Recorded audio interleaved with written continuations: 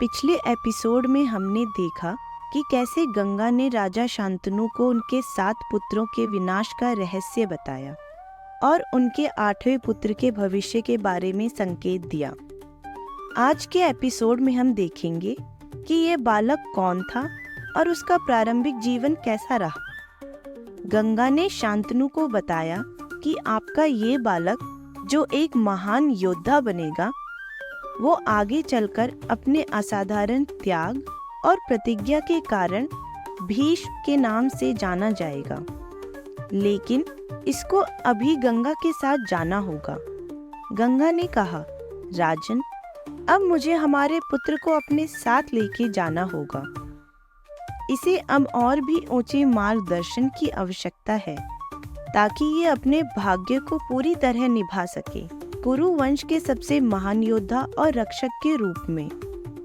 इसलिए अब समय आ गया है कि मैं हमारे पुत्र को अपने साथ ले जाऊं ताकि ये इस महत्वपूर्ण यात्रा को पूरा कर सके। गंगा उस बालक को लेकर चली गई और राजा शांतनु ने अपने पुत्र के बिना जीवन व्यतीत करना शुरू कर दिया। इस बीच गंगा ने अपने पुत्र की परवरिश धरती से दूर दिव्य लोकों में की।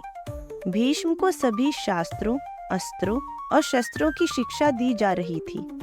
वे उस समय के सबसे महान गुरु और देवों से ज्ञान प्राप्त कर रहे थे। गंगा चाहती थी कि उनका पुत्र इस दुनिया का सबसे शक्तिशाली योद्धा बने। भीष्म का बचपन असाधारण था। उन्हें वेदों का ज्ञान, युद्ध कला और नीति शास्त्र सिखाया गया। उन्होंने शिव और परशुराम जैसे देवताओं और ऋषियों से शिक्षा ली। हर दिन उनकी शक्ति और कौशल में बढ़ोतरी हो रही थी। वे केवल युद्ध के नहीं बल्कि धर्म के भी महान पथ प्रदर्शक बन रहे थे।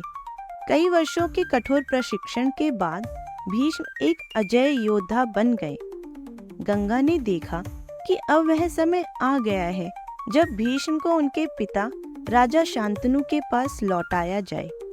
वह जानती थी कि अब उनका पुत्र कुरु वंश का रक्षक बनने के लिए तैयार है। गंगा अपने पुत्र को लेकर राजा शांतनु के पास पहुंची और शांतनु ने अपने पुत्र को देखकर जो प्रसन्नता महसूस की, उसका वर्णन असंभव है।